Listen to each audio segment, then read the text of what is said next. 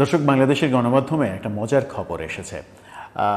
আমাদের রাষ্ট্র পাকিস্তানের সঙ্গে মাদক এবং সন্ত্রাস দমনে একসঙ্গে কাজ করবে।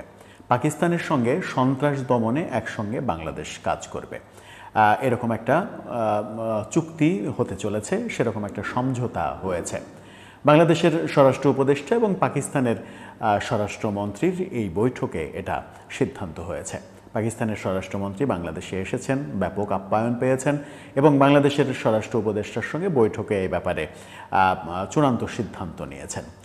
এখন প্রশ্ন হচ্ছে দুটো। একটা হচ্ছে যে বাংলাদেশের স্বরাষ্ট্র উপদেষ্টা বাংলাদেশের আইন শৃঙ্খলা রক্ষার কাজে কি সফল, এই প্রশ্নের উত্তর খুঁজব। আবার পাকিস্তানের সঙ্গে সন্ত্রাস দমন এই ব্যাপারে কাজ করবে। পাকিস্তান কি কোনো সুস্থ রাষ্ট্র, নাকি পাকিস্তান একটা সন্ত্রাসী রাষ্ট্র? সেই দুই আলোচনাটা ব্যাখ্যা করলেই বোঝা যাবে আদতে সরকার কোন পথে হাঁটছে। থাকবেন পলিটিক্স টিভির নিয়মিত আয়োজনে।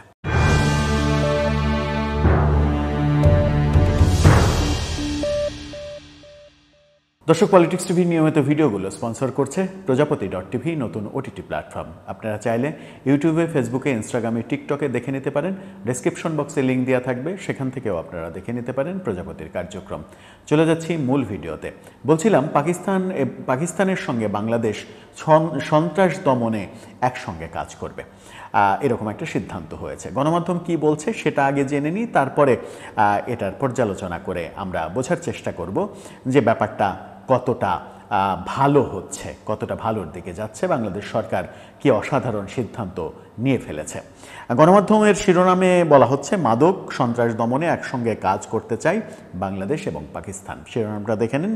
সেখানেই বলা হচ্ছে, স্বরাষ্ট্র উপদেষ্টা জাহাঙ্গীর আলম চৌধুরীর সঙ্গে সাক্ষাৎ করেছেন ঢাকা সফররত পাকিস্তানের স্বরাষ্ট্রমন্ত্রী মহসিন রাজা নাকভি। স্বরাষ্ট্র মন্ত্রণালয়ের এক বিজ্ঞপ্তিতে এটা জানানো হয়েছে, মাদক এবং সন্ত্রাস দমনে বাংলাদেশ এবং পাকিস্তান একসঙ্গে কাজ করতে প্রত্যয় ব্যক্ত করেছে।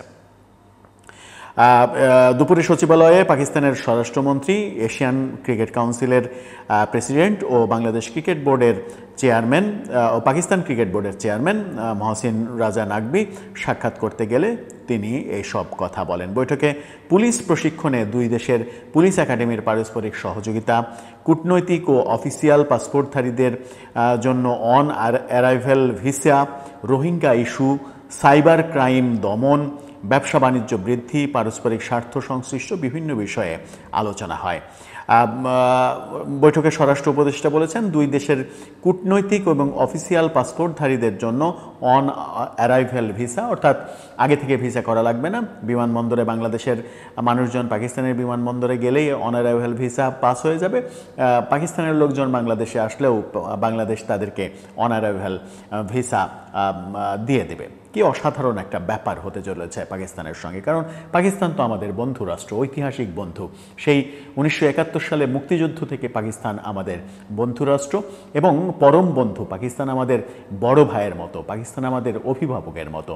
সেই পরিবারে যেমন কলহ হয়, বিবাদ হয়, সেরকম একটা কলহ বিবাদ আন্তঃপরিবারের মধ্যে ঘটেছিল। সেখানে বড় ভাইরা আমাদের ছোট ভাইদের একটু শাসন করে বকে দিয়েছিল। বকে দিতে গিয়ে 30 লক্ষ মানুষ, পরিবারের 30 লক্ষ মানুষকে একটু হালকা করে হত্যা করেছিল। পরিবারের মধ্যে নৈতিকতার ব্যাপার আসলেও নিজেদের পরিবারের মধ্যে 2 লক্ষ মা বোনের সম্ভ্রম একটু কেড়ে নিয়েছিল।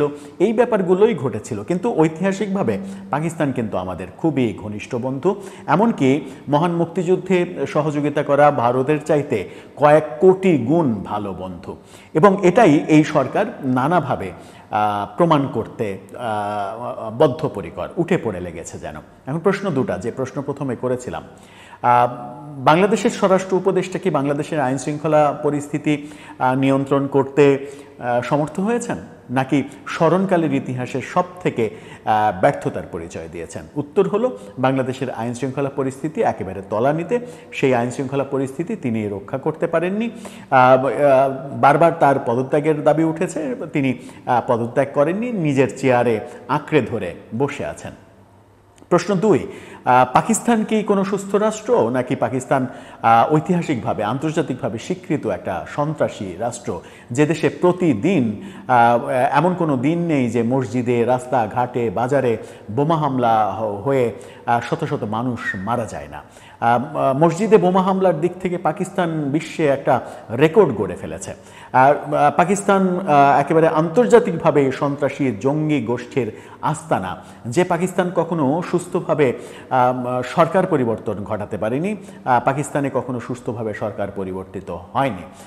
সেরকম একটা, এবং বলা হয় পৃথিবীর যে 2-3টা অকার্যকর রাষ্ট্র, সেই 2-3টা অকার্যকর রাষ্ট্রের মধ্যে পাকিস্তান একটা, এবং পাকিস্তান পুরোটাই একটা সন্ত্রাসী রাষ্ট্র হিসেবেই পৃথিবীতে পরিচিত। এমনকি পাকিস্তানে বিদেশি ক্রিকেট দল পর্যন্ত আক্রান্ত হয়েছে, যে কারণে শ্রীলঙ্কা দলকে আমরা আক্রান্ত হতে দেখেছি, যে কারণে বহুদিন পাকিস্তানে কোনো দল খেলতে পর্যন্ত যাওয়ার সাহস পায়নি, এবং আজ অবধি ভারত তাদের ওখানে খেলতে যায় না। কিন্তু বাংলাদেশ, আমরা এই ভারত পাকিস্তান যুদ্ধের মধ্যেও বড় ভাইদের আমন্ত্রণে সাড়া দিয়ে বাংলাদেশের খেলোয়াড়দের রিস্কের মধ্যে পাকিস্তানে কিন্তু ঠিকই পাঠিয়েছি, যে বড় ভাইদের বাড়িতে আমাদের নিরাপত্তার তো সমস্যা হবে না। যেভাবে সমাদর করেছিল 1971 সালে, সেভাবেই না হলে সমাদর করবে, তার চাইতে আর বেশি কিছু হবে না। ব্যাপারগুলো হাস্যকর হয়ে যাচ্ছে না? ব্যাপারগুলো খুবই হাস্যকর হয়ে যাচ্ছে। পাকিস্তানের সঙ্গে যখন বাংলাদেশ সন্ত্রাস দমনের ব্যাপারে কাজ করবে, তখন এর চাইতে কমেডি সিনেমা, এর চাইতে কমেডি নাটক আর বোধহয় হতে পারে না। আমার মনে হয় যে পৃথিবীর শ্রেষ্ঠ কমেডি ড্রামা যদি বিবেচনা করা হয় এবং তাকে যদি অস্কার দেওয়া হয়, তাহলে স্বরাষ্ট্র উপদেষ্টা যে সিদ্ধান্তের কথা জানিয়েছেন, সরকার যে সিদ্ধান্ত নিতে চলেছে, এটা হবে পৃথিবীর সেরা কমেডি। সেই কমেডি দিয়েই কি দেশ চলবে?